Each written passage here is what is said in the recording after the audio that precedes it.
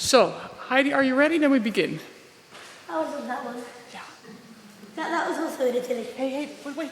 They can't even hear you because your mic is not on. Oh. So, I'm going to begin and then it's your turn, okay? Yes. I'm going to introduce you. Yes. So, ladies and gentlemen, welcome to the EUI summer course on human rights and disability. This week, and last week, the cohort, everybody who has come together these weeks, has been talking about what does it mean to be disabled? Who is disabled, who has a disability and who doesn't have a disability? And who decides that? And also, what does it mean to have access to society? And how can we enhance a society in which everybody can participate? And we've also been talking about how can we promote disability rights at the European Court of Human Rights. Now, on that topic, of course, we have now a fantastic speaker with us. So it gives me great pleasure to introduce this year's distinguished lecturer. Thank you. And by the way, I'm not having these sunglasses on because I've become a star, but I left my normal glasses in the car, and the car is gone, and I can't see anything without my glasses. So this is as an aside. She is a human rights activist who is bringing a case to the European Court of Human Rights to advance the rights of people living with disabilities. She has taken her government to court in several instances, and she's now going to Europe with her case. And we mean here continental Europe, because of course the UK is still part of Europe. She is a public speaker. She has authored a book. She holds a Guinness Book of Records entry, and we can do a little test later to see which one that is. And she was named a BBC Woman of the Year 2022. Yes. Ladies and gentlemen, here we have the one and only Heidi Crowter. Thank you. It's a great honor for us that you have accepted our invitation to give this distinguished lecture today. I don't mind. I And- don't want to get food out of it. Well, we're going to hear about everything what you think about Italy. But you've prepared a speech for us. And so you will give your speech, and then Neha and I, so this is Neha, we will follow up with some questions, and then the floor will be open to everybody, and we can do a Q&A.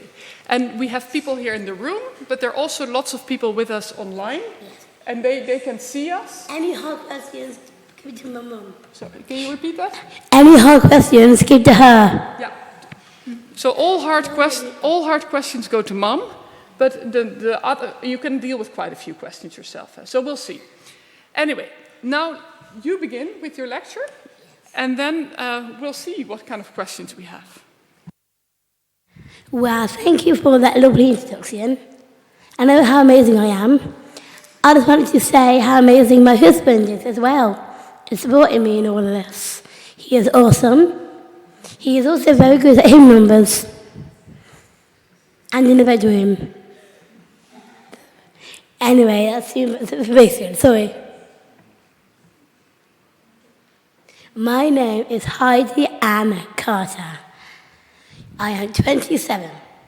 I'll be 28 next Monday. I happen to have Down syndrome, but that doesn't stop me from living a vibrant life. I have a wonderful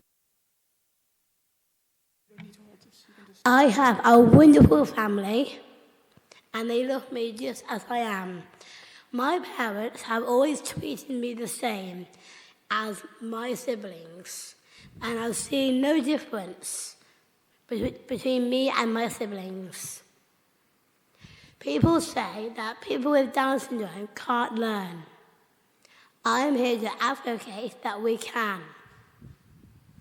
I went to mainstream schools where I gained GCSEs in English, French, religious studies, and other BTECs. During my time in secondary school in year 10, I attended college to do hair and beauty BTEC course, and I chose to do hairdressing, which is more creative for me. After GCSEs, I went to college and completed MBQs in hairdressing and customer service. In 2015, I got a job in a children's hair salon. My role includes amusing the children, sweeping the floor, taking the payments, stock take, and reception duties. Sadly, I lost this job because the salon closed during annoying COVID. I have always dreamed of having my own independence. When I was 20, 7 years ago, I moved out of the family home to have peace and quiet in my own flat. I employ my own support staff who help me with cooking, cleaning, and independent life. They have taught me how to clean my flat, to do the shopping, do my washing and cook meals. I also dreamed of finding a nice man to spend the rest of my life with. My future guys and my family helped me set goals for myself to become a mature, independent young lady, which you can see today. In 2017, I met James, and we hit it off. And we got married in 2020. We are going to Lake Garda after this conference for our belated honeymoon. James and I live in England, and we have just moved into a bigger house, which is 5 minutes from my mum. And we have lots of fun and laughter together. I love James so much. He makes me laugh a lot. And we get to do a lot of mischief. And we are loving married life. We do the chicken dance. I am the patron of Warwickshire Down Syndrome Support Group, the Ups and Downs. I go to the groups and work with the children on acting, dancing, singing, and speech therapy, which my mum needs. James and I are also patrons of a national charity called Positive About Down Syndrome. We go to events and talk to the children and parents and have lots of cuddles with gorgeous babies. I am on the BBC list of 100 inspiring and influential women from around the world for 2022, alongside Billie Eilish, Ukraine's First Lady, Olena Zelenskaya, and Ursula von der Leyen, President of the European Commission. Last week, I became a Guinness World Record holder in remembering celebrities' birthdays. I made a list of 100, and the Guinness World Record people put it into a randomizer. The adjudicator came to my house, and my old mum read out the birthdays, and I said the date. It was great fun.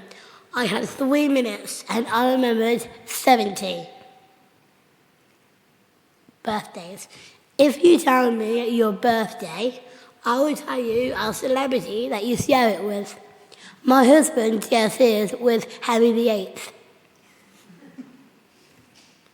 Last year, I published a book called I'm Just Heidi, about my awesome life, how my parents coped with having me, and I hope that this book gives people an insight into what life could be like for a child with Down syndrome with the right education and support.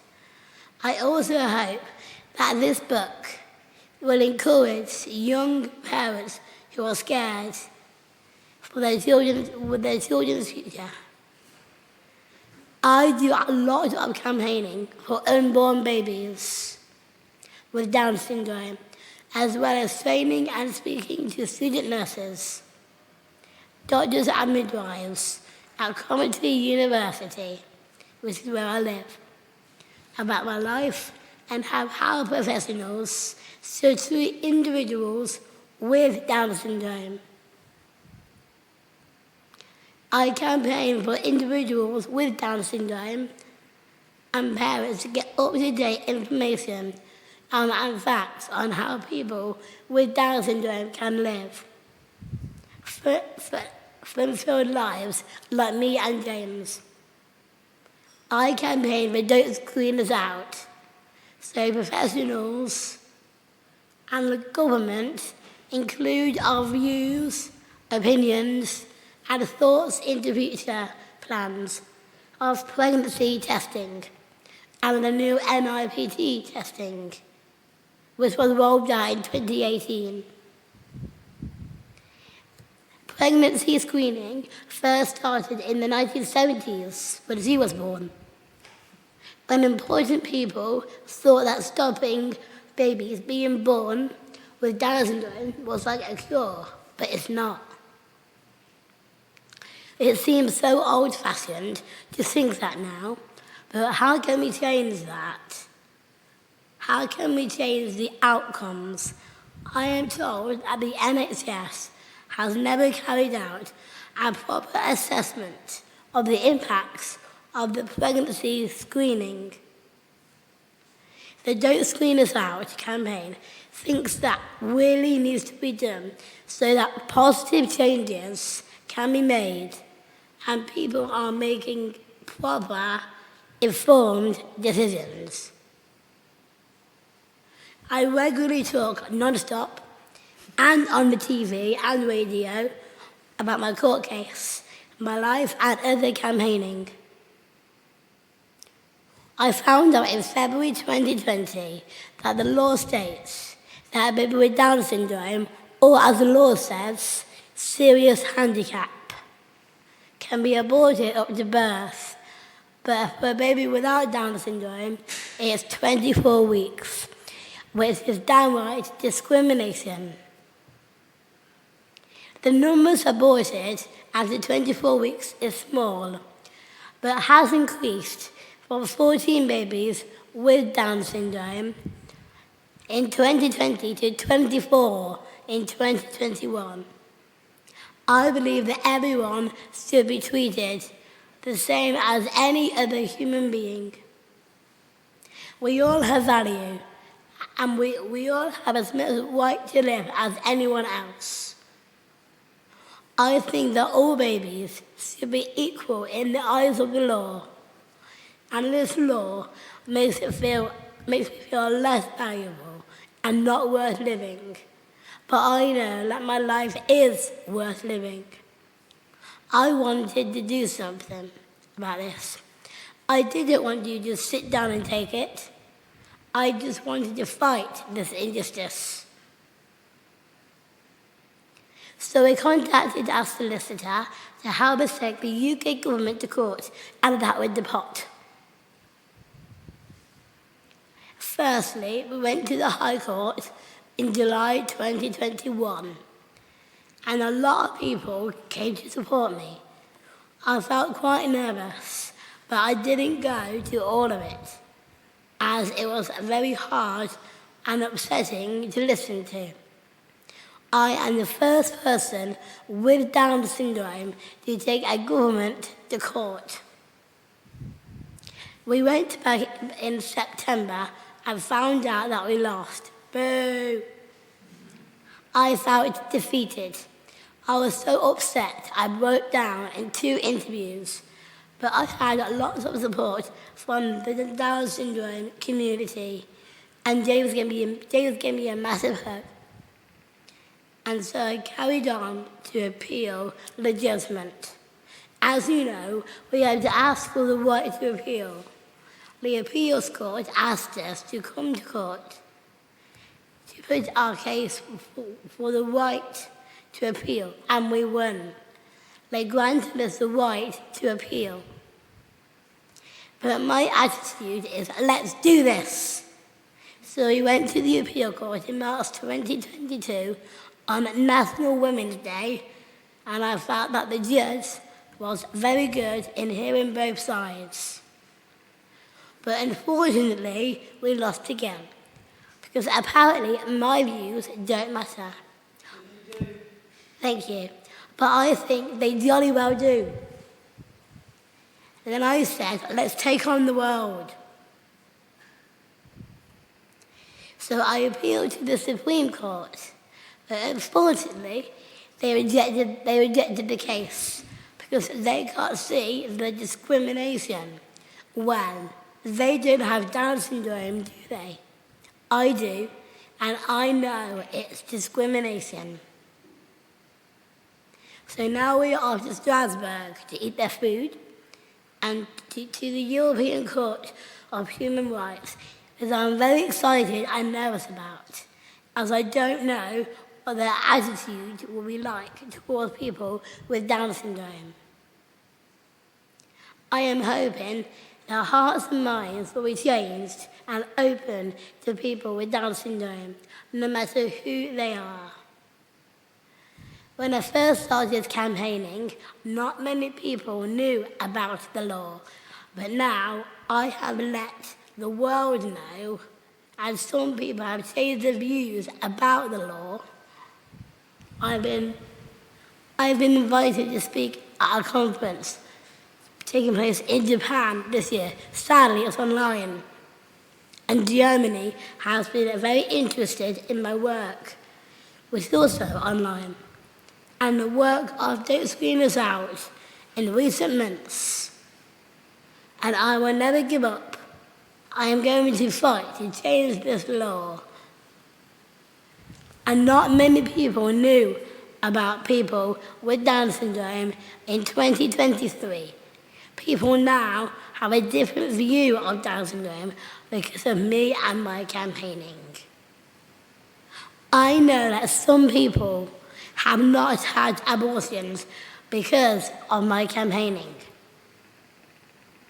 This law was made in 1967 when people with Down syndrome were put into institutions like prison, where we weren't allowed in school because of the extra chromosome, which is also discrimination.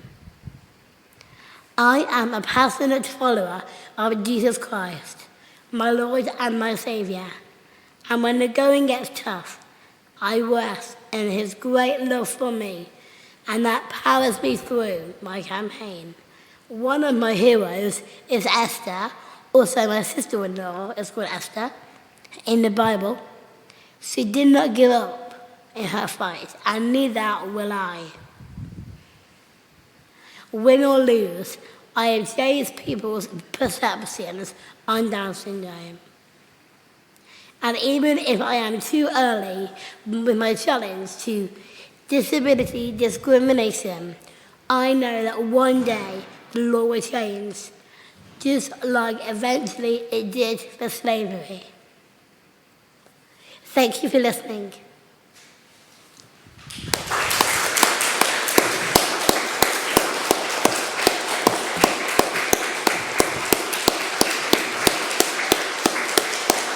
Thank you. And one more thing. Mum, your talent needs to be changed, as in the time. It says 3:20 on there.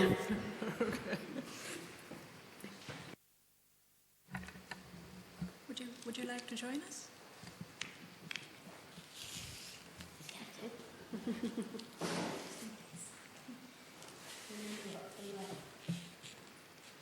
All right. So Heidi, we know that you're a fan of Matilda the musical. Is that right? Yeah, you've seen it twice? Actually, I've seen it 3 times. 3 times. And apparently you like the song Naughty. Did James tell you that? Yeah, so it says, even if you're little, you can do a lot, and you shouldn't let a thing like little stop you. Did James tell you that? Yeah. Did James tell you? Oh, did James tell? No, I read your blog, so I've been snooping. It's fine. I am a big fan of Matilda the musical.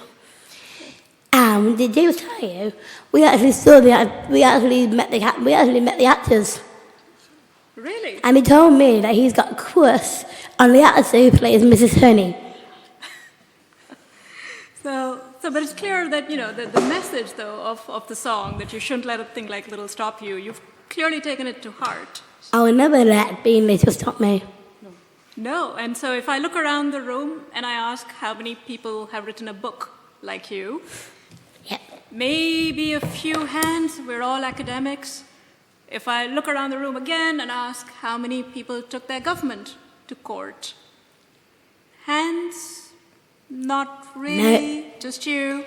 Just me. Only I had the bravery.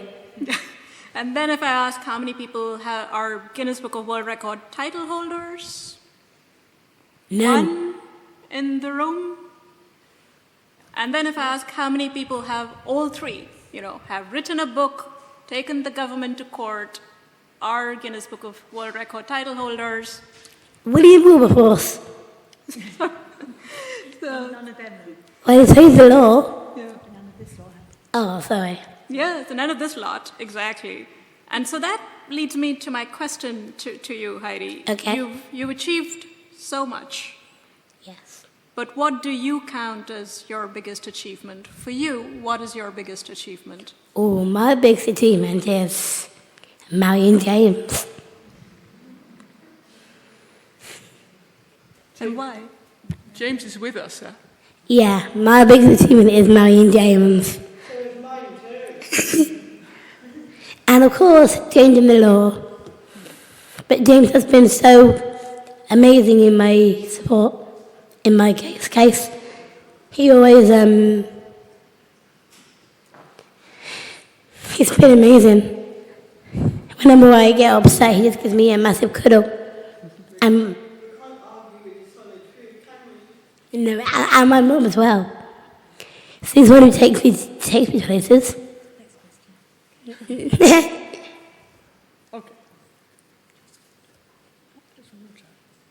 Yes, please. Yeah, we'll give you some water. And meanwhile, I'm going to ask you next question, Okay. so that you can think about it while you have a bit of water.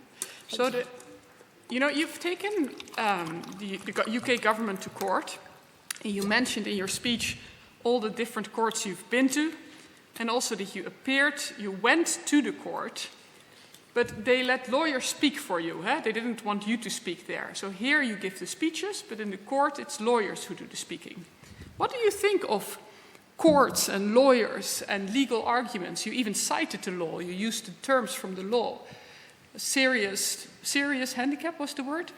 So what do you think? What were your experience of all these legal appearances and court cases? I just find it very boring. Why? I also found it quite hard and upsetting to listen to. Why? Because I'm not a serious handicap. Because next Tuesday, it'll be 3 years married to James. Yeah. That's an achievement. Yes, it is. You did speak one time, didn't you? Oh, yes. I think the reason why I don't speak in court is because it's very rarely you have someone with Down syndrome speaking in court. Mm-hmm. And if you're like me, by the time I'm finished speaking, you'll be in bed. Yeah, you spoke one time. Yeah, So one I time, spoke in the appeal court. yeah, the appeal court, she was allowed to speak to put her side, but mostly it was just the lawyers. Oh, and also my barrister as well. Yeah. So we had one of your barristers was with us this morning. Yeah, And- Jason. Yeah, Jason, and he explained. He's awesome, isn't he? Yes, and he said Article 6, Article 8, Article 14. He came with all the articles that are relevant to your case. Because that's what lawyers like. They like to talk in terms of articles. But you made the case about why you feel discriminated. Can you tell us a bit more about that?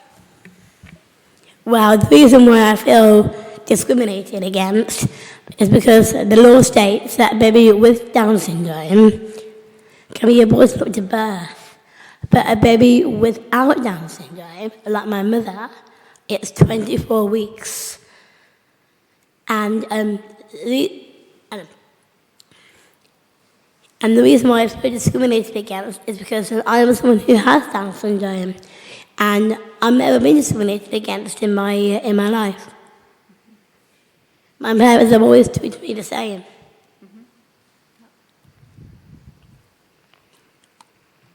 Yeah, but in some ways, so one thing, these are beautiful photos, by the way, of your wedding. That was 3 years ago, next Tuesday. That was our first wedding. Well, and then, first weddings are lovely, aren't they? Well, normally you have one wedding, but if you're like me and James, you have 3.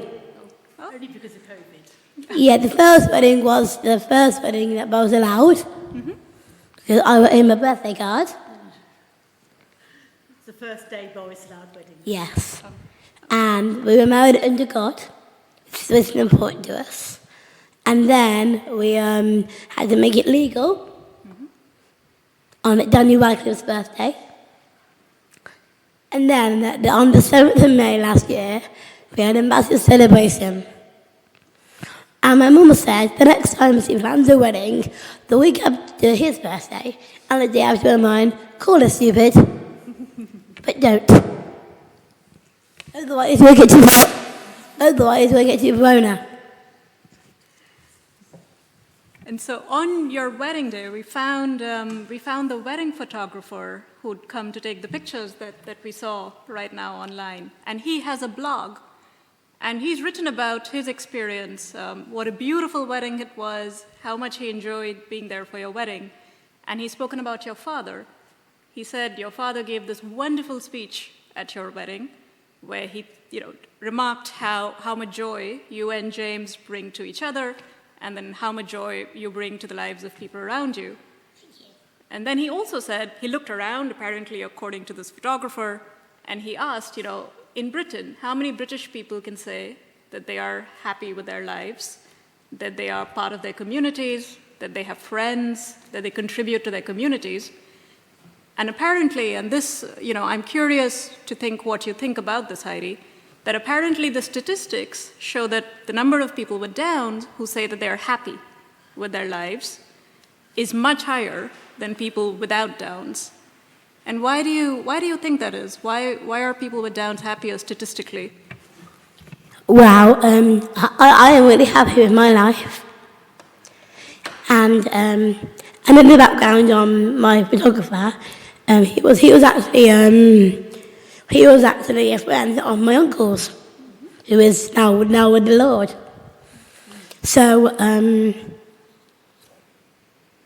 why do the people with Down syndrome happy? I think the reason why they're happy because they have no reason not to be. But there is a common stereotype that all people with Down syndrome are happy, but we're not. You used to see my husband when they do the wrong tune in church. So they're not happy all the time. Yes, and when the internet goes down, or when you have to drive in the city centre of Florence. Yes. Yeah. So driving in the city centre of Florence doesn't make you happy? No, I think lots of us can relate to that. Actually, that's my mum actually. Yeah. Or driving on the Amalfi Coast. Oh, driving on the Amalfi Coast is also pretty challenging. And I agree, if the internet gets down, we all get very angry. Yeah? Whether we have Downs or no Downs. Yes, sometimes my husband winds me up saying that it's not working. Yeah, no, that's... When it is. But now, Heidi, you mentioned in your speech something about the advice that women get when they are pregnant and they have Downs. Yes. And no, it can be that a woman, and she hears that she has a child with Down syndrome, gets really worried because people who have disabilities, and it can be all kinds of disabilities. My mum was worried when I was born. Yeah. So, and why would that worry be? So I'm just thinking, perhaps it's because you're worried that you can't give the care, or that you don't have the money to give the care that's necessary, or that... my sister has Down syndrome, and when I asked my mother about that, she said, well, and my father, the only worry we have is not that we cannot love her or care, but that one day we won't be here anymore, And who in society will take care of her? You know, will she be on her own? Will she ever be independent? What would you say to mothers or fathers who are worried about that? Well, I'm so sorry. I would say, I'm sorry about your sister. Sorry? I'm sorry about your sister. Sorry about my sister. Sorry, she's sorry that your parents are worried, I think. Oh, sorry that we were worried. Yeah. But you know what they wrote on the card? They wrote, "She's only different. She will be happy." Yes, and they she were will be. right. They were right. Yes. Okay, so what was the question? So the question is, what would you tell Oh, yeah. to these parents who are worried? Well, when I was born, my mum cried to my dad saying that she'll never get married. But Mum, 3 years next Tuesday. Yeah. She's married. What would you say to new parents? And I would say, yes, it is hard to raise a child with Down syndrome, but so is it. So it is for every parent, for every child. My brother Daddy is a nightmare. Any child is hard. Yeah. Any child is hard, especially when they're stubborn, like my husband. Anyway, so there's also loads of charities that can help you. With my boss actually works for a charity called Positive About Down Syndrome, and what they do is that they offer packs to young mums and support to them, and also you can also come down to where I work, and I can support them. And if you find it hard, my husband was adopted, so maybe that could be a reasonable solution. I think that was a very good solution to adopt a child. I wish I could adopt a child with Down syndrome, but I wish I could adopt a child with Down syndrome, but I can't. Okay. So we'll go to another question from Neha, and then soon we'll open up to the whole room. Okay? Yeah. You-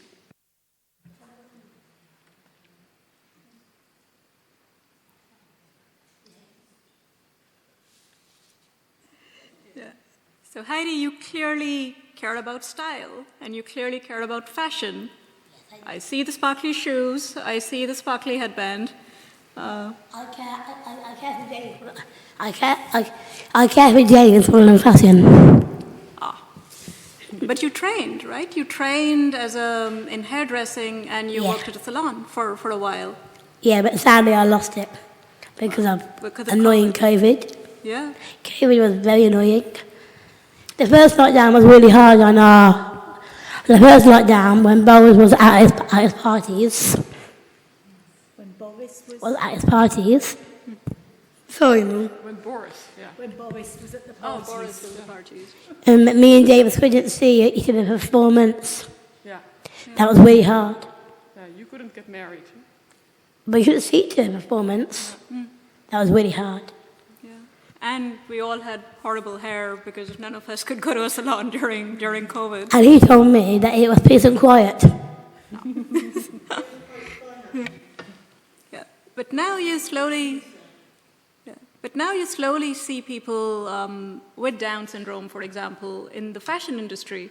They're on the cover of British Vogue. You see people on modeling on runways. And you can also have and you can also have a Barbie with Down syndrome. That's right. Yeah. So and it's part of the Fashionista series, right? Battle's Fashionista series now has a Barbie Yeah. with Down syndrome.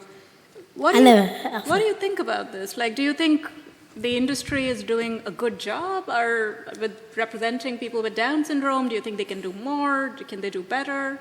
Well, I think every industry needs a person with Down syndrome in there. For example, James can be in the washing up industry, Catering, yeah. catering industry, and I'm in the changing the world industry. Changing the world industry, and my mum's in the old industry. Are you old? That's my YG Verona cancelled.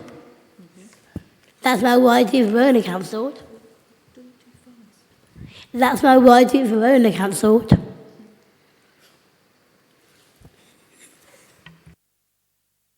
Been monopolizing the floor. So let's see whether there's somebody here. And I need to put my glasses on to see.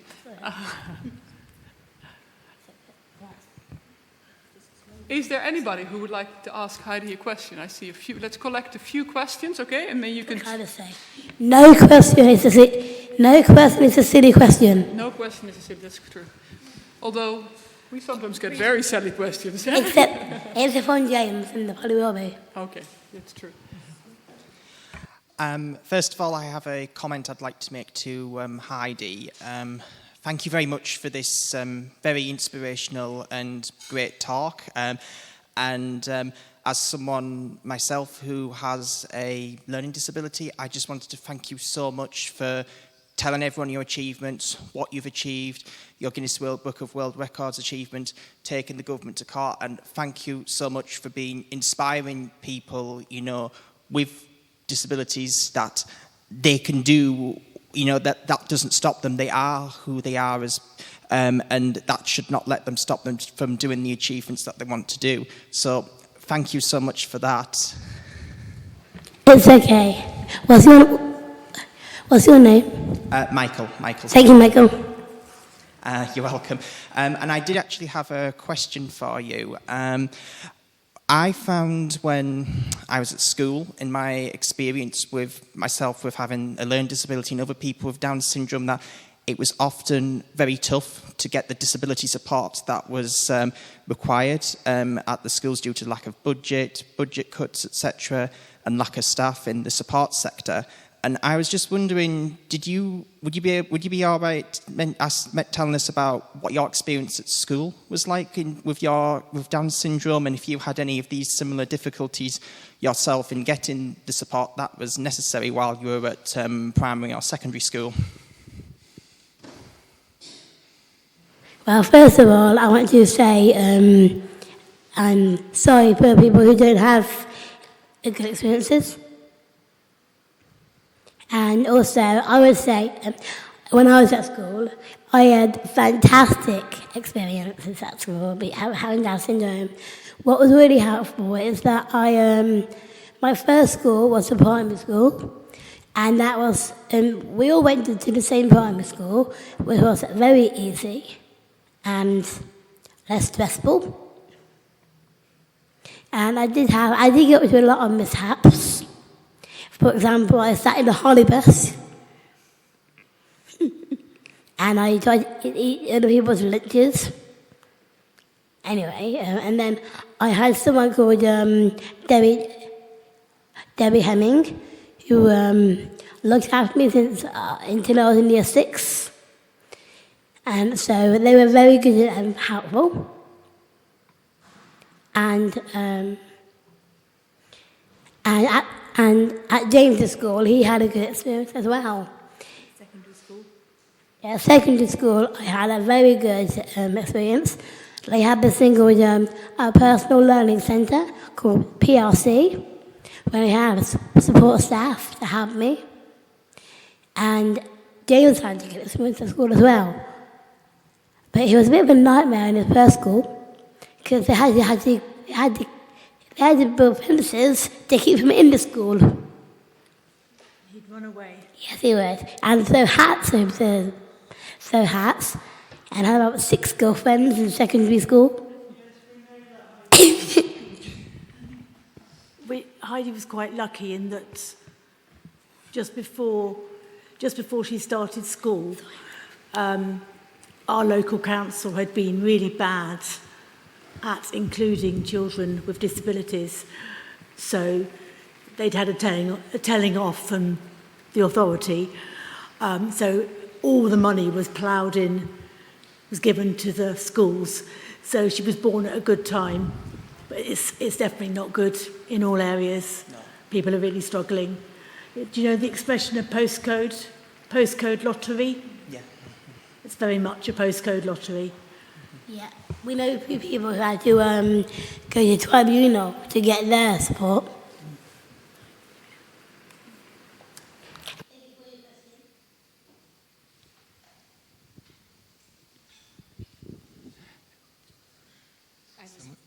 It was me?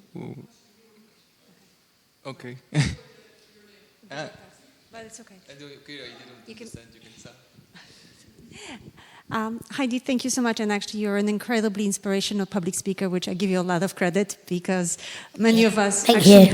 It's really wonderful. So, if we're starting with compliments, also, I have a little bit of a question, a semi-legal question, actually, what actually inspired you, because you are an active advocate already, what inspired you to choose the legal route, to choose actually to go via the courts to advocate your cause? What inspired me? Oh. I would say the thing that inspired me was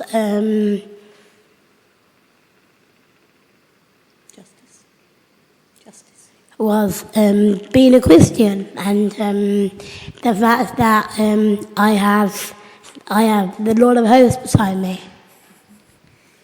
So Heidi, there are lots of things that can inspire you, but you could have said, well, I'm going to demonstrate in front of Parliament, or but you chose to go to court. So why did you decide to go to court instead of demonstrating, or perhaps in addition to demonstrating? Why courts? No, sorry, can you answer? Sorry. That was what we were advised. So MPs and people in the House of Lords had tried to go through government to change it. So there was a disabled peer called Lord Quinn who tried to get this particular law changed in the House of Lords, but he was filibustered out, is that expression?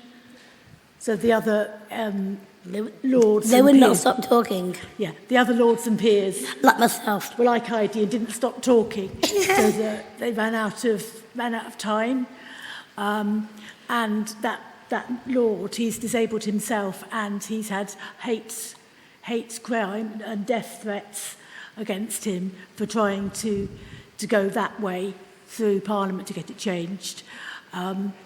So we thought that had been tried, so we would try the legal way. Someone said to him, why are you not dead yet?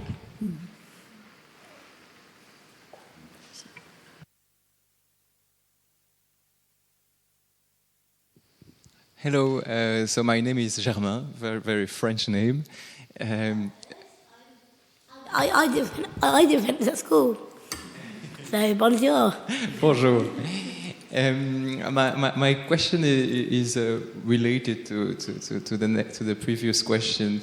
Your mum mentioned that people with Down syndrome and their parents are struggling throughout their life to find support and solution, etc. And this might be related to some people wanting to get an abortion. So my question is, why, as a first person having Down syndrome to go to court, have you picked up the abortion question as your first topic for fight, or your first subject?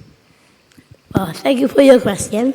I think the reason why I picked it, because there's so many abortions going ahead, and the reason why is because the midwives and the NHS sadly are saying all these are pressurising them to have an abortion. Like keep saying, they'll never live on your own, they'll never talk, but if you know me, I'll never stop talking. And they'll say there'll always be a burden on you. So why did you take this? Why did you take this course? This case? This case. Why the abortion law one? Oh, because the abortion law is completely out of date. It was actually made in 1967. So I want people to move with the times and to see testosterone in a new light, not in a negative light. And that's why there are so many abortions, because people are not telling them what they can do instead of what they can't do. Also, I think if right from day one in the womb and then from birth onwards, if people see a person with Down syndrome as a risk or a difficulty, then that carries on throughout life. So if right from the beginning we can get the narrative changed that no, they are human beings just like the rest of us, it's just one extra chromosome, it should, we hope, change the attitude further on. But it's going to be a long road.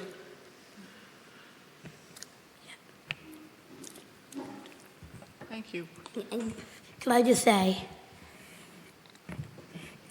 I've known James for nearly 6 years now, and he is not a burden or a risk.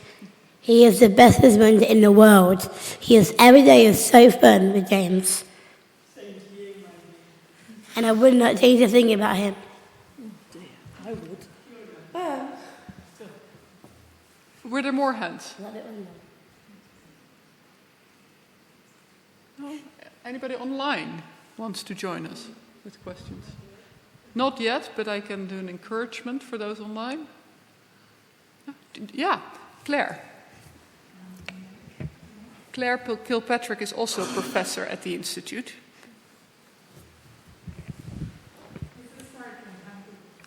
Oh, okay. Can you hear me? Yeah, I can hear you. And you look very lovely today.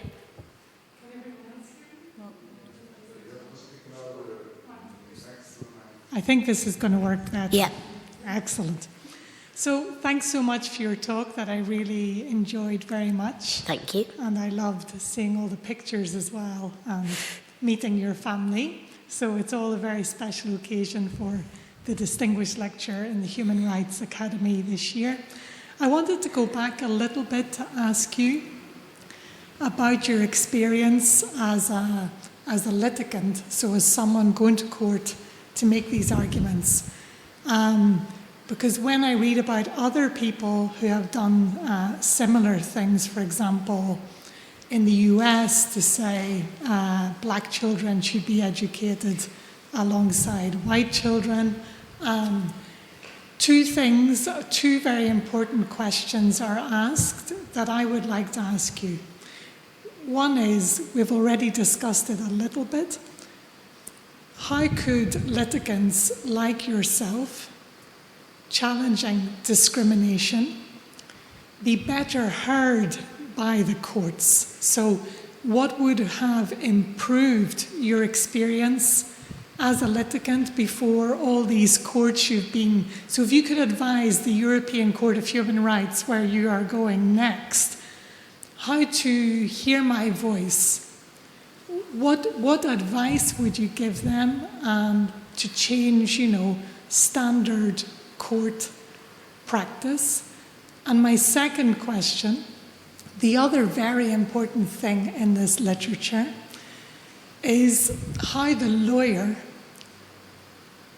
or group of lawyers who are taking these cases, how they engage with you and listen to you and did not just decide, oh, here's a good legal argument, I'm just going with that, but instead really listened to you and took on board what you wanted from the litigation. So that relationship between you and your lawyer, did you feel they listened to you?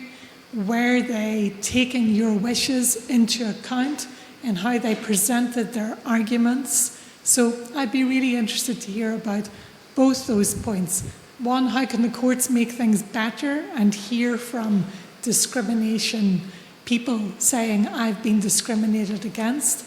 And secondly, do you think your lawyers listened in a way that you found appropriate to in relation to the points you wish to make before the court. Thank you. Well, firstly, thank you for your questions. The first answer is my advice for the European Court is to make sure that it's accessible, like easy read. That's why I find it boring, is because they always say all the legal terms. And I also would like to have like ramps, free food, alcohol. Free food and alcohol. And I like to have accessibility, because me and my husband and my mum can't walk very far. So we need some lifts in there. What else would you like? Would you like to be able to speak? And I would also hopefully be able to speak in there.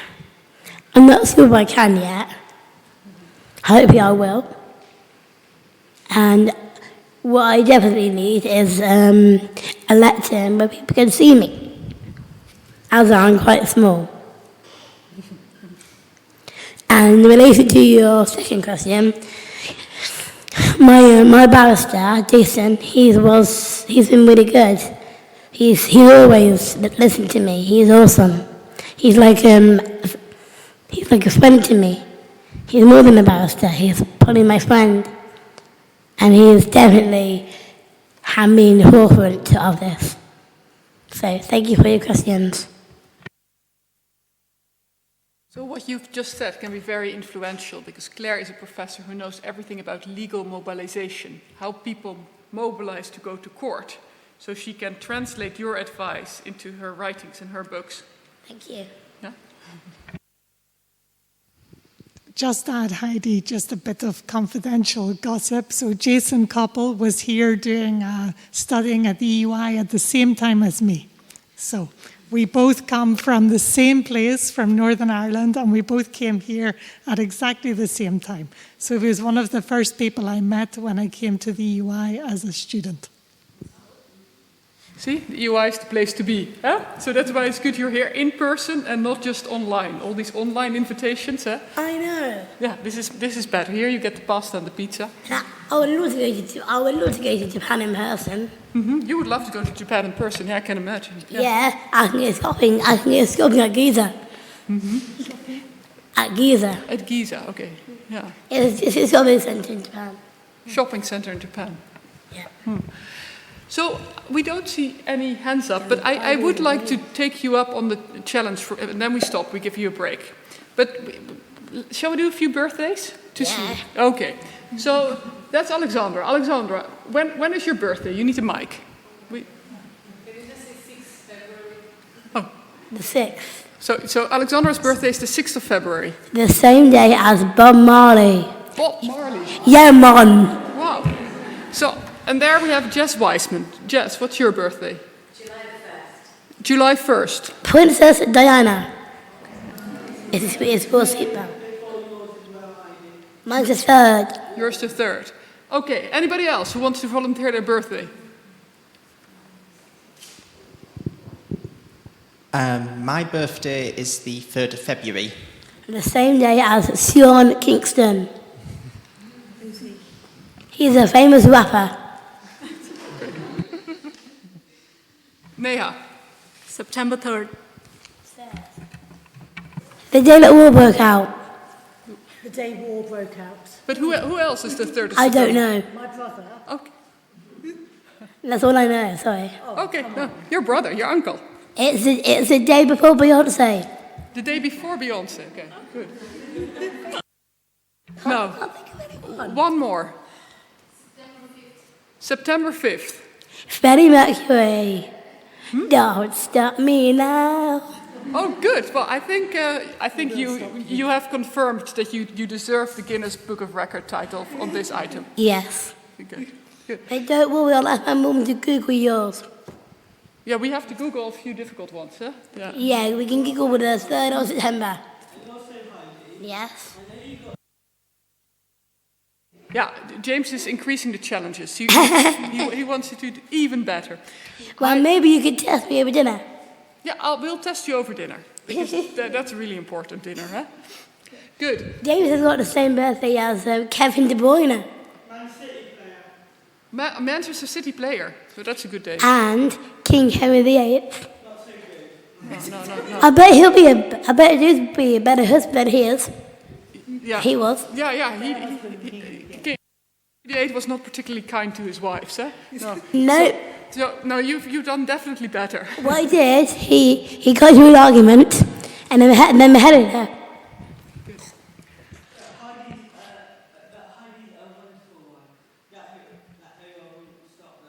So, James, That's enough. Yeah, would you like to say that in the speaker? Because the people online can't hear you. All I'm saying is that Heidi is a better wife than King Henry VIII had. Okay. I will never behead you. Good. On that note, we would like to thank you very much for coming, and we would also like to thank James for coming with you, and your mother, Liz, because... She had to. She got straight for her. But you know what's so good of you is that you really create a group of people around you who love you so much. They do everything with you. We have a support staff from Katie. Support staff, yeah, but... He's awesome. Yeah. She's the one we do the chicken dance with. The chicken, yeah. So one of the other things that you can say is you're really good at creating a community. Yes. That seems to be one of your additional achievements to the ones that Neha listed in the beginning. So. Yes. But thanks so much for everybody here for joining us today. And we will see you tomorrow for another more academic lecture.